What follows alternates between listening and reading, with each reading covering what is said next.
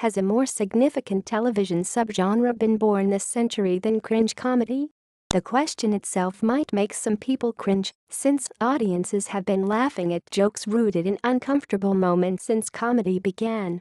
Sitcoms as diverse as All in the Family and Seinfeld trafficked in social transgression and personal embarrassment.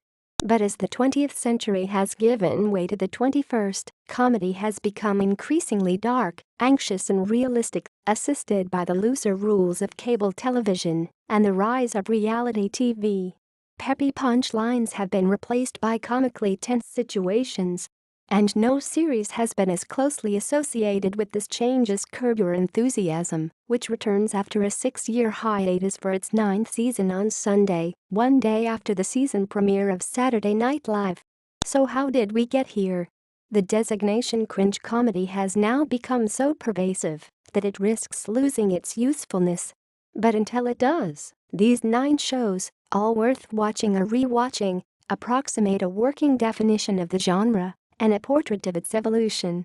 No character on Seinfeld makes you cringe quite like George, both because he's often put in embarrassing situations, shrinkage, and because he tends to respond with shocking inappropriateness. He seems almost relieved over his fiancée's death.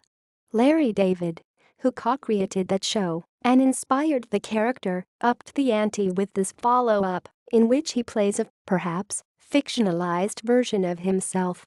What makes Mr. David's persnickety character so bracing is that he rarely cringes himself after making a social faux pas. Instead, he commits to it, doubling down on his transgressions. Some people find this unbearable, while others can't get enough of it. But there's no denying the craft. Even though he has famously built the show on improvisation, make no mistake, Mr. David orchestrates comic awkwardness with the pacing, precision and panache of Hitchcock, meticulously setting audiences up for a scare.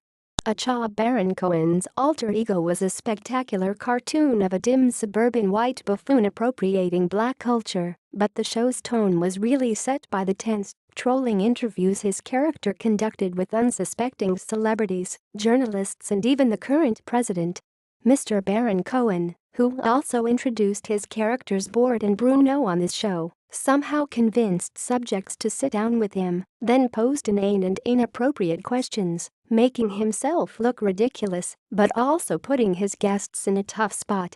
Should they take him seriously, be polite, or get up and leave?